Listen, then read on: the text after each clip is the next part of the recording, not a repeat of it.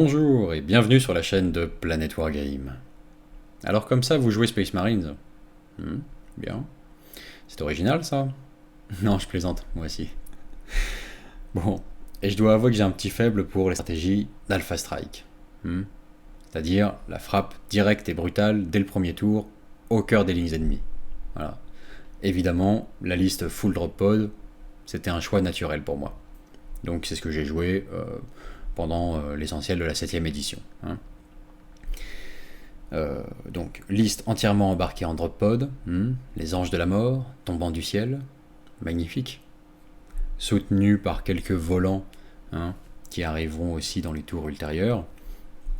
Donc, une liste d'armées où je ne déployais rien sur la table lors de la phase de déploiement, et je laissais mon adversaire se déployer tout seul, et je frappais qu'à partir du premier tour.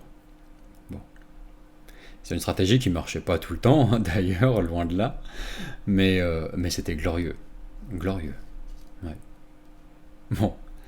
Enfin, quoi qu'il en soit, si vous êtes embarqué dans le même bateau que moi, eh ben, sachez qu'on va devoir revoir sérieusement le plan de bataille, parce que cette stratégie, je la vois pas fonctionner du tout en 8ème édition. Bon. Ce samedi, le livre de règles, enfin la 8ème édition, sortira en magasin.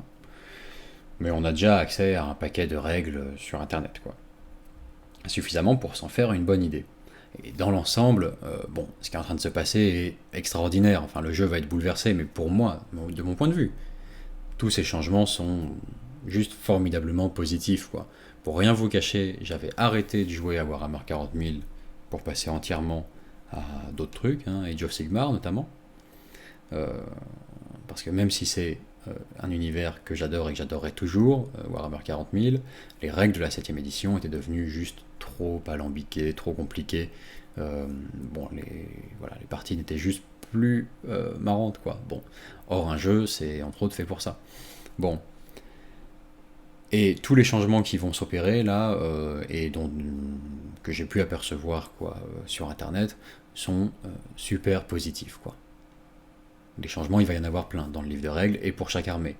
Et voilà, pour l'essentiel, c'est que du bon. Que du bon. Néanmoins, c'est vrai que dans le cas des drop pods, ils vont changer drastiquement.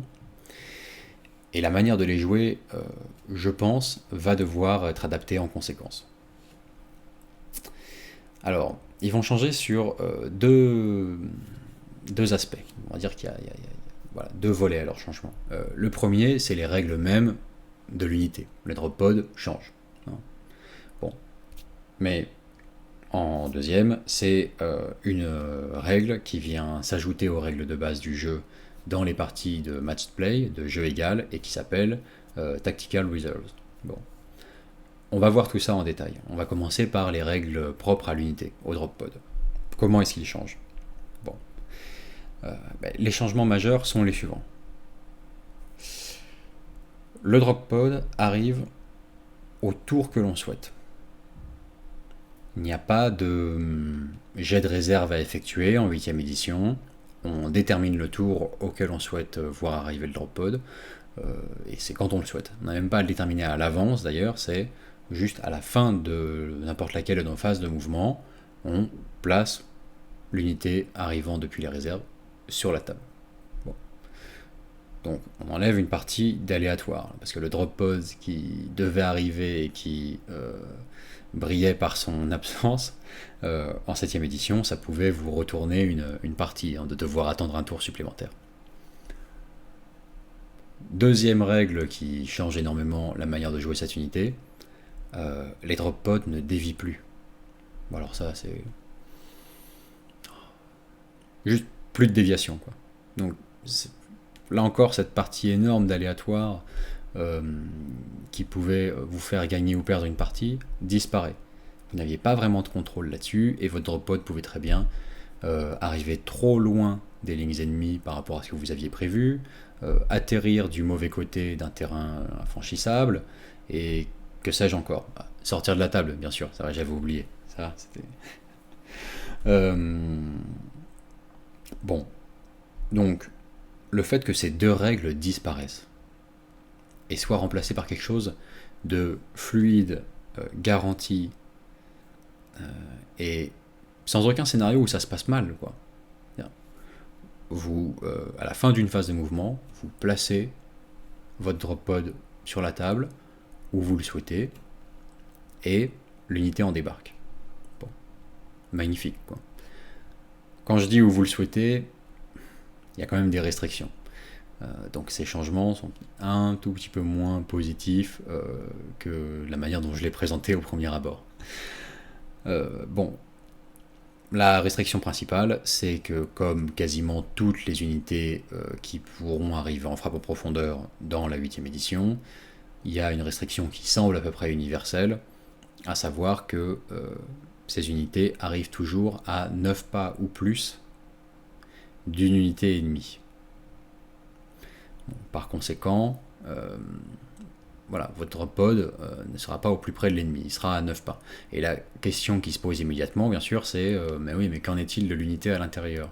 Puisque elle débarque du véhicule. C'est pareil.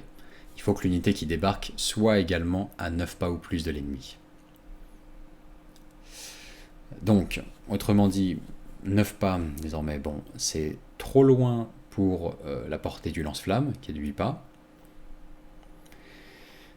C'est compris dans la portée du fuseur, mais pas à pleine efficacité, puisque le fuseur, vraiment la zone dans laquelle il est la plus dangereuse, c'est à 6 pas, quoi. À demi-portée, là il est au maximum de son efficacité. Avec un tir à 9 pas ou plus, on n'en tire pas vraiment le plein potentiel, quoi, de cette arme. Pour le lance-plasma, par contre, on est pas mal. Pour le lance-plasma, on est pas mal, puisque avec une demi-portée de tir rapide à 12 pas, 9 pas, c'est bien, ça nous laisse un peu de marge de manœuvre pour déployer notre unité en 2 rangs ou 3, et pouvoir quand même tirer vraiment à pleine puissance sur l'adversaire. Donc, le lance-plasma, voilà, c'est une distance qui lui sied plutôt bien. 9 pas de l'ennemi, ça va, il n'en souffre pas. Mais les deux premières armes qu'on a vues, et qui ont souvent joué un rôle essentiel dans les listes Space Marine, elles en souffrent beaucoup. D'autant plus que vous arrivez à 9 pas de l'ennemi, et il n'y a pas de moyen en fait vraiment de grignoter quelque part sur cette distance, puisque même votre jet d'advance, qui remplace le sprint, lui il se fait à la phase de mouvement. Donc puisque vous arrivez à la fin de la phase de mouvement avec votre drop pod, c'est trop tard. C'est trop tard pour gratter quelque part en sprintant ou en faisant quelque chose comme ça. Donc, même si une arme d'assaut comme le lance-flamme pourrait tirer après avoir effectué une advance, là vous ne pourrez pas, quoi. Donc vous êtes à 9 pas et vous ne pourrez pas être plus proche. Bon, ceci étant dit, rien ne vous empêche de charger en débarquant d'un drop pod. C'est une possibilité. C'est une possibilité, seulement vous êtes à 9 pas toujours, et il faut savoir que sur 2d6, quand vous voulez faire une distance de 9, là les chances sont clairement contre vous. Cela dit, arriver à un pas de l'ennemi suffit à considérer la charge comme valide en 8ème édition, donc il vous faudrait faire un 8. C'est un peu moins de 50% de chance, c'est moins de 50% de chance, mais vous pouvez y parvenir, et ainsi charger directement dès la sortie de drop pod, ce qui a un effet d'autant plus surprenant pour votre adversaire. Mais avec moins d'une chance sur 2 de succès, je pense pas que ce soit vraiment une stratégie viable sur laquelle bâtir toute sa liste d'armées, quoi. Donc, les charges à la sortie de drop pod, possible, mais viable, optimal, non, je crois pas. Bon. Vous avez des petites choses qui vont vous permettre de fiabiliser la charge.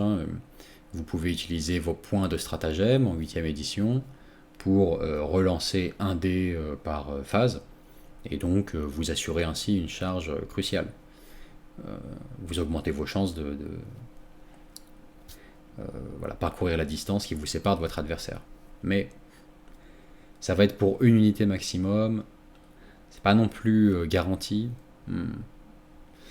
L'archiviste a un pouvoir qui permet de relancer les distances de charge sur une unité. à tester. Mais quoi qu'il en soit, voilà, débarquer du drop pod et fusoriser tous les blindés ou incinérer tout ce qui est fait de chair et d'os, non, ça c'est terminé. Ça ne va plus fonctionner comme ça. Bon. Donc, ok, on voit là que il va falloir modifier sa façon de les jouer, l'adapter peut-être, et orienter ses listes ou ses choix d'équipement différemment en conséquence. Mais la deuxième règle, le deuxième changement majeur dont je vous parlais au début de la vidéo et qu'on va voir tout de suite, c'est la règle Tactical Reserve. Donc, je vais vous l'afficher à l'écran, ce sera plus simple. Voilà. Alors bon, c'est en anglais bien sûr, puisque au moment où je tourne cette vidéo, voilà, le livre de règles de la 8e édition n'est pas encore sorti, il ne sort que samedi, et donc voilà, la source à laquelle j'ai accès est en anglais. Mais je vais vous traduire en 2 secondes cette règle, puisque ce qu'elle dit est très simple. Lorsque vous vous déployez durant la phase de déploiement, vous êtes obligé de placer au minimum la moitié de vos unités sur la table. Et ce, même si toutes vos unités ont une règle qui leur permettrait d'arriver à des tours ultérieurs. Donc même dans une liste full drop pod, vous êtes obligé de placer la moitié de vos unités sur la table au début de la partie. Et toutes les unités doivent arriver avant le 3e tour de jeu, sinon elles comptent comme ayant été détruites. Bon.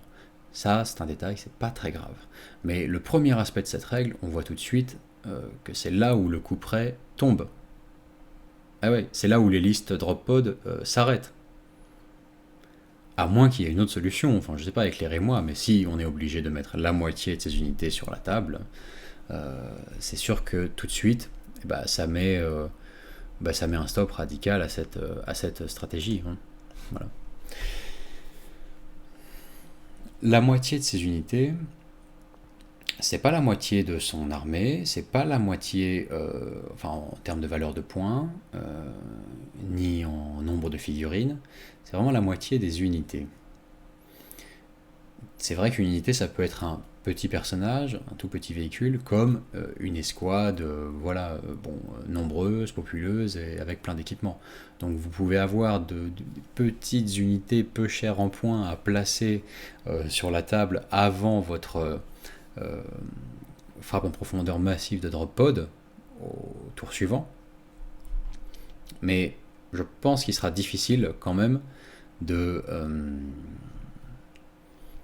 parvenir à avoir assez d'unités comme ça jetables, d'unités juste marqueurs qui juste viendraient sur la table pour faire de la figuration et vous permettre de contourner cette règle tactical réserve. Je crois qu'on est obligé de s'y plier en quelque sorte, puisque j'ai vérifié dans le livre de règles et je me demandais si les transports assignés comptaient comme une unité. Bon. Or, a priori, oui. Je vois, ils sont mentionnés comme des unités et je vois aucune règle qui vient nous dire que ils ne compteraient pas, ou qu'ils compteraient pour 1 avec l'unité qu'ils transportent ou quelque chose comme ça. Non. Donc, admettons que vous jouiez 5 drop pods précédemment. 5 drop pods, a priori vous avez embarqué 5 unités à l'intérieur. Hein. Donc ça vous fait déjà 10 unités, quoi. 10 unités en réserve. Il vous faut 10 unités sur la table pour compenser. Il est possible que vous ayez mis un personnage aussi d'ailleurs dans un de vos drop pods, un personnage ou deux. Hein. Et alors c'est autant d'unités supplémentaires, quoi. Donc devoir déployer 10, 12 unités bouche-trou comme ça sur la table, des spectateurs qui attendent juste impatiemment l'arrivée des drop pods sur la table, dans un genre de feu d'artifice à l'envers, si on veut. Enfin, bon. Non, ça ne sera pas viable. Ça ne sera pas viable. Donc, qu'en sera-t-il de nous en 8ème édition? Qu'en sera-t-il de nous? Moi je pense qu'on va être obligé de revoir la copie et de considérer le drop pod comme euh, un accessoire, un outil à utiliser pour une unité ou deux qui sont assez cruciales, qui ont besoin d'avoir cette règle de renfort, hein, puisque toutes les unités ont toutes les unités qui pourront frapper en profondeur en 8ème édition auront chacune dans leur petit encart de règles une règle qui va être rédigée avec quelque chose en accord avec leur fluff, etc. Mais la manière générique d'appeler ces capacités qui permettent d'arriver sur le champ de bataille après la phase de déploiement sont appelées des capacités de renfort, quoi. Bon. Eh ben, voilà, le drop pod vous permet de conférer cette capacité de renfort à une unité qui ne l'a pas. Comme voilà, des Sternguard vétérans, une escouade tactique bien sûr, une escouade de commandement, quelque chose de cet ordre-là, ou un dreadnought, hein. Mais vous payez le prix fort pour avoir ces capacités-là, hein, puisque le drop pod n'est plus du tout... enfin bon, son coût en points a triplé, hein, maintenant. Il vaut 100 points, ouais, 100 et quelques points, hein. Donc, ouais, vraiment, c'est un investissement qu'il faut considérer, hein, dans la rédaction de votre liste. Il faut vraiment bien vous poser la question, est-ce que ça en vaut la peine, quoi? Économiser un tour ou deux de mouvement pour mon unité, voilà. Est-ce que ça en vaut bien la peine? À vous de le déterminer, mais ça me paraît... Oui, je pense que investir dans un drop pod pour une liste d'armées, pour une unité vraiment cruciale qui a besoin voilà, d'arriver, de tirer à plein potentiel sur l'adversaire et d'éradiquer une escouade clé, hein, ou quelque chose comme ça, ou de contrer un mouvement adverse, voilà, au moment où il se déplace vers un objectif ou quelque chose comme ça, ou de l'intercepter en quelque sorte en chemin. Vraiment, oui, voilà, avoir cet outil dans votre liste peut rester très très intéressant. Mais voilà, on va dire oui, la liste entièrement full drop pod, un peu la stratégie en style Rain, vous voyez, façon Gabriel Angelos de Dawn of War, hein, le capitaine des Bloodraven. Non, ça je pense que c'est terminé. Je pense que c'est terminé. À partir de là, quelle utilisation potentielle est-ce que je vois? Eh bien, je pense une des utilisations les plus intéressantes devient une escouade de 9 Sternguard, par exemple, des vétérans d'appui, à qui vous mettez 9 combis plasma. 9 combis plasma, comme ça. Je rappelle que les combis plasma pourront tirer comme des lance-plasma à tous les tours, hein, désormais. Les combis ont grandement gagné en efficacité.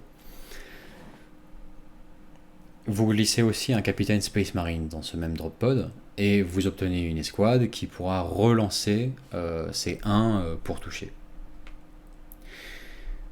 Le fait de pouvoir placer cette unité n'importe où sur la table, à 9 pas de l'ennemi bien sûr, mais à n'importe quel tour, sans déviation. Ça vous permet de prendre une unité clé pour cible et de l'éradiquer. Je pense que vous avez de bonnes chances avec en tout 9 x 2, 18 tirs de plasma pour lesquels vous pouvez relancer les 1 pour toucher. Et je pense que c'est une bonne configuration dans la mesure où bien sûr le lance-plasma par rapport aux éditions précédentes, il a toujours eu une connotation anti-élite, hein, parfait pour éliminer du Terminator, du Space Marine, des choses comme ça. Bonne PA et quand même pas mal de tirs, donc parfait contre de l'infanterie d'élite. Mais je pense qu'il va un peu changer de rôle dans la mesure où, par ailleurs, avec une force supérieure à 6, il blesse l'infanterie légère comme les gardes impériaux ou les cultistes sur du 2+, et sa PA de -3 permet d'annuler entièrement la sauvegarde d'un garde impérial qui serait à couvert dans une ruine, par exemple. Ce que faisait un peu avant le lance-flamme, en fait. Le lance-flamme n'ignore plus les sauvegardes de couvert. Mais le lance-plasma, à sa manière, si. Puisque PA de -3, voilà, votre garde, garde impériale a une sauvegarde à 5+, il est à couvert, il passe à 4+, et bien, -3, vous l'annulez. Donc, je pense que on a là une arme vraiment polyvalente, qui à la fois va toujours continuer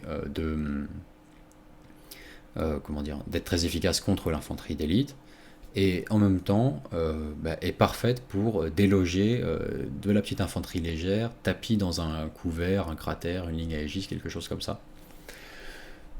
Donc vraiment, là, on est au top de la polyvalence. Et ça, avec un bon nombre de tirs quand même, 18 tirs, relance D1, bon, ça envoie, quoi. Donc, je crois qu'on a quelque chose d'intéressant, là. Bon. Une autre utilisation potentielle que je peux voir, celle-ci, j'ai un peu besoin de me forcer quand même, parce qu'elle me paraît beaucoup moins fiable, c'est d'avoir une unité d'assaut, de votre choix, qu'importe, que vous mettez en drop pod, accompagné d'un archiviste, et l'archiviste peut connaître automatiquement un pouvoir du Librarius, qui permet de relancer les distances de charge pour une unité. C'est un pouvoir facile à lancer, un Warp Charge 5 ou 6, je sais plus. Et l'unité frappera toujours en premier au corps à corps, y compris pendant le tour de l'adversaire. Donc ça booste l'efficacité de l'unité si elle arrive au contact, mais surtout ça lui permet, dans un premier temps, d'arriver au contact plus facilement.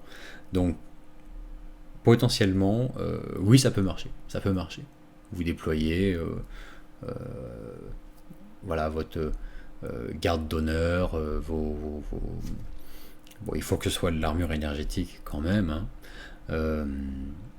Votre escouade de commandement, quelque chose comme ça, vos vétérans d'assaut à pied, si vous avez envie. Et avec tout ce petit beau monde, vous essayez de garantir la charge sur une unité adverse clé, quoi. Bon, pas garanti, le pouvoir de votre archiviste peut échouer, votre archiviste peut faire un péril du warp, vous pouvez rater votre charge malgré une relance, mais il y a de bonnes chances quand même que ça fonctionne. Et ça doit être assez dévastateur quand ça fonctionne contre un adversaire qui n'est pas prêt à se prendre 10 gardes d'honneur dans ses rangs, quoi. Pourquoi pas? Bon, je pense que vous pouvez faire tout ça peut-être un peu mieux avec une escouade de 10 Terminator et un archiviste Terminator qui pourrait se téléporter sur le champ de bataille. Mais bon. J'essaye de trouver une utilisation au drop pod. Voilà. Ah oui, et une note intéressante au passage. Il est spécifié désormais dans les règles même du drop pod qu'il ne pourra pas embarquer ni Terminator, on le savait, mais ni Centurion non plus. Donc, voilà. Si vous étiez du genre à déployer vos Centurions en drop pod, vous savez qui vous êtes, hein. Ouais. Non, je plaisante. Je l'ai fait aussi, mais une fois seulement. Et j'allais pas très bien, j'avais besoin de faire ça. J'en suis pas fier. Ils tiennent même pas dans les harnais. Ils ont pas la taille pour ça. Ah bon, c'est pas grave. Enfin bref. Bon, tout ça pour dire que si vous trouvez un avenir au drop pod, si vous avez un lot de consolation à proposer aux gens qui en ont patiemment peint 5 ou 6, n'hésitez pas à le proposer. Je suis preneur personnellement et ça servira à tout le monde, je pense. En attendant, je serais curieux de savoir quel avenir vous voyez pour les drop pods en 8ème édition. Et quand on voit que le Rhino a reçu globalement un tel boost dans son efficacité et qu'il coûte très nettement moins cher, on est vraiment en droit de se demander quel avenir pour les drop pods. Bon, je suis impatient d'avoir vos avis. Et sur ce, je vous dis à bientôt. Ciao.